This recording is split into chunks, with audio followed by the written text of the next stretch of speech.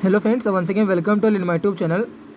So today here we will discuss about the Garbh Upaghatikar Bhav, that is nothing but factor ultimately which affect the fetus during the pregnancy, that is nothing but our Garbh Upaghatikar Bhav. So whatever the position you can see the particular image in this particular screen, तो जो भी कुछ position यहाँ पे एक female during the pregnancy वो अगर perform करती है तो definitely it will harm to the foetus और it will harm to the developing foetus.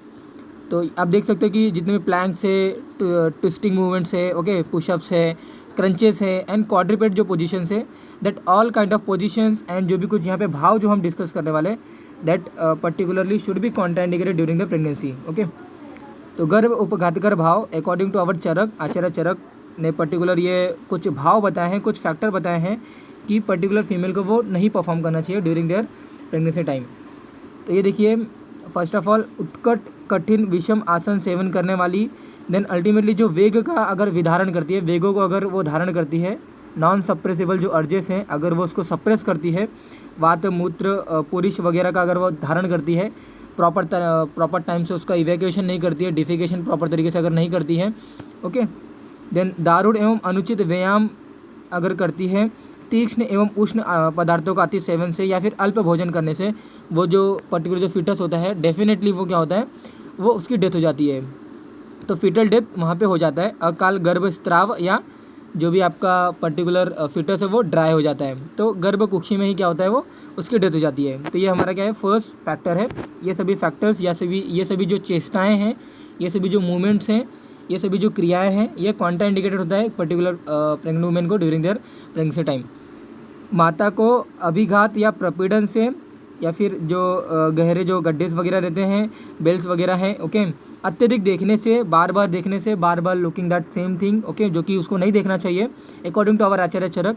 अगर वो देखती है डेफिनेटली वो क्या होगा, उसका मिसकैरेज हो जाएगा, गर्भ अकाल में क्या होगा, फॉल हो जाएगा. तो मिसकैरेज हो जाता है ये सभी क्रियाएँ करने से. अत्यधिक संक्षोभ वाली सवारी की यात्राएँ, अप्रिय बातें अत्यधिक सुनना, तो डेफिनेटली क्या होगा, इससे अकाल गर्भपात again that is called as abortion या मिसकैरेज हो जाता है. देन अगेन नेक्स्ट पेज पे देखते हैं, हाथ जो भी उसके हैंड्स या फिर लेग्स अगर वो फैलाकर उत्तान शयन अगर करती है तो डेफिनेटली जो गर्भ की नाभि आश्रित नाड़ी कंठ में चारों ओर लिपट कर ये क्या करता है, कॉर्ड अराउंड नेक, ओके, इन्हें हम पर्टिकुलरली एक टर्मिनोलॉजी बोलते हैं कि फीटल डिस्ट्रेस है.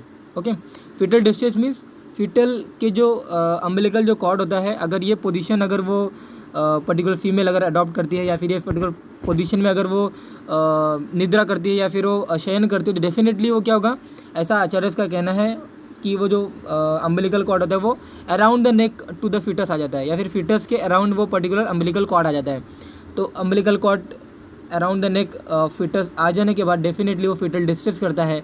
फीटल डिस्ट्रेस कैसे करेगा, अराउंड द नेक आ गया है, नेक कंप्रेस होगा, नेक कंप्रेस होगा तो डेफिनेटली क्या होगा, पर्टिकुलर जो ब्लड है ये ब्रेन को नहीं मिलेगा. ओके, तो हाथ पैर फैलाकर या फिर एक पर्टिकुलर सुपाइन पोजीशन में जो शयन करने वाली जो पर्टिकुलर प्रेग्नेंट वुमेन है, उनका जो पर्टिकुलर जो गर्भ होता है डेफिनेटली वो क्या होगा, कॉर्ड अराउंड नेक ये होता है. ओके, इसीलिए मॉडर्न में भी बताया गया है कि लेफ्ट लेटरल पोजीशन में सोना चाहिए, क्योंकि जो हमारे एब्डोमिनल जो एवोटा होता है, ओके, जो मेन एवोटा जो मेन हमारा आर्टरी बताया गया है वो कंप्रेस नहीं होता है इसकी वजह से. ओके, तो लेफ्ट लेटरल पोजीशन ये बेस्ट पोजीशन बताया गया है for sleeping for a particular pregnant में.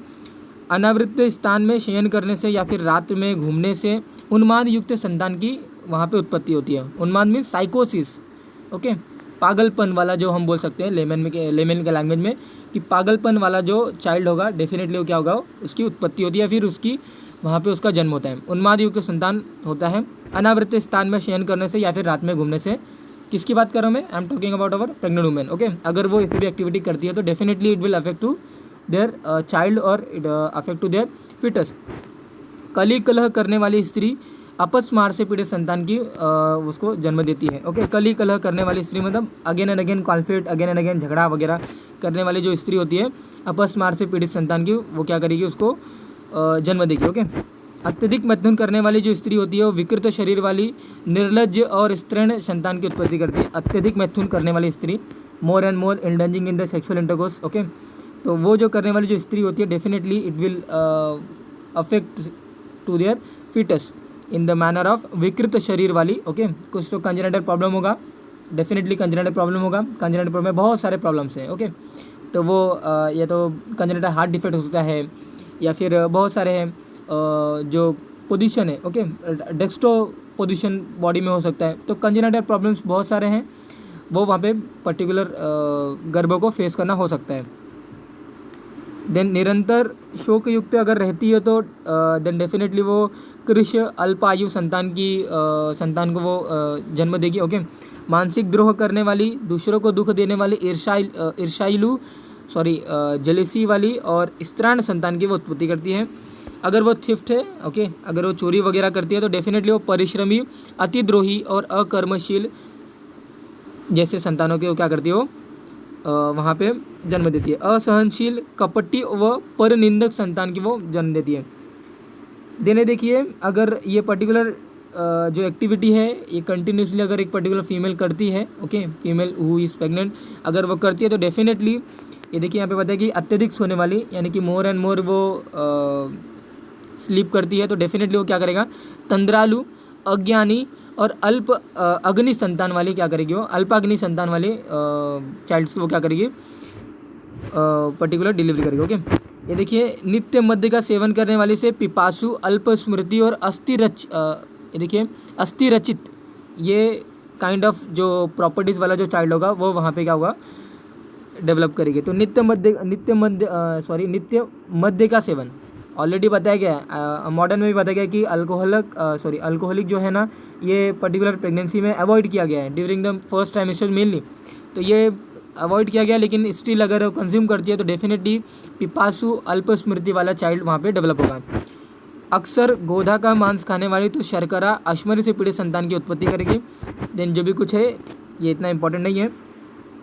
कंटिन्यूसली वो अगर मधुर रस का सेवन कर रही है तो प्रमेय युक्त, ये अल्टीमेटली जब वो पर्टिकुलर डिलीवर्ड होगा वो पर्टिकुलर चाइल्ड, तो उस पर्टिकुलर टाइम पीरियड से उसको डायबिटीज़ वगैरह नहीं होगा, but later period of their generation या फिर लेटर पीरियड ऑफ टाइम में वो ये जो प्रॉपर्टीज़ बताया गया फिर जो इफेक्ट बताया गया वो शो ऑफ होगा, ओके। तो प्रमेय युक्त, अतिस्थूल और मुख संतान ये वहाँ पे हो सकता है। नित्य अम्ल रस सेवन करने वाली स्त्री से रक्त पीड़ित आपका चाइल्ड हो सकता है। त्वक अक्षय रोग से पीड़ित संतान की उत्पत्ति होती है। नित्य लवण रस सेवन करने वाले से शीघ्र पलित, ओके। शीघ्र वली मतलब जो भी कुछ झुर्रीदार वगैरह जो भी कुछ रहते हैं वो, या फिर जो आपके हेयर्स रहते हैं उनका वाइटनेस होना, बाल्डनेस होना, ये आप बोल सकते हो। देन खालित्य रोग से पीड़ित संतान ये हो सकता है। नित्य कटु रस सेवन करने वाली स्त्री जो होती है वो दुर्बल, अल्प शुक्र वाली एवं अनपत्य संतान की वो क्या करती है, जन्म देती है, ओके। नित्य तिक्त रस में बिटर टेस्ट, ओके, कड़वा रस वाला जो अगर आहार है या फिर जो आहार द्रव्य है या फिर मोर and more consumption of bitter taste द्रव्य, ओके, तो दैट लीड्स टू द शोष रोग और बलहीन और दुर्बल शरीर वाला पर्टिकुलर चाइल्ड। नित्य कषाय रस सेवन करने वाली जो स्त्री है, श्याय वर्ण, ये मैं नॉर्मल की बात नहीं कर रहा हूँ, I am talking about their pregnancy. If she consume this kind of rasas और if she consume more and more consumption of this same rasa again and again, okay, तो डेफिनेटली वो क्या करेगा, उसका जो इफेक्ट है it will show to their foetus, okay. तो नित्य कषाय रस सेवन करने वाली श्याय वर्ण, आनाह एवं उदावर्त जैसे रोगों से होने वाला पर्टिकुलर क्या होगा, वो चाइल्ड को वो क्या करेगी, प्रोड्यूस करेगी। तो डेफिनेटली ये जो इफेक्ट है ना, ये एक ही टाइम में या फिर जैसे ही डिलीवर्ड हुआ तो उस टाइम में उसको शो ऑफ होगा, तो ऐसा कुछ नहीं है। लेटर पीरियड ऑफ टाइम या letter period of time their life वो शो हो सकता है, डेफिनेटली वो शो होगा ही होगा, आचार्य का कहना है, तो वो शो होगा ही। अगर उस जनरेशन में नहीं होगा तो नेक्स्ट जनरेशन में होगा, लेकिन इसका जो इफेक्ट है डेफिनेटली वो होता ही होता है।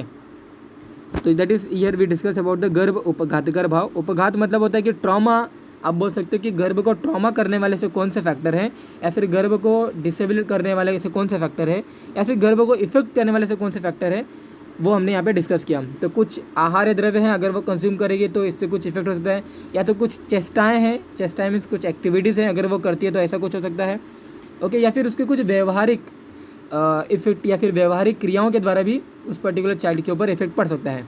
व्यवहारिक क्रिया में मैंने जैसे आपको बताया कि अगर चोरी वगैरह है या फिर निरंतर शोक युक्त करती है, कली कलह करने वाली अगर वो लेडी है, तो डेफिनेटली उसका जो इफेक्ट है it will show to their developing foetus, Okay, that is regarding our गर्भ उपघातकर भाव.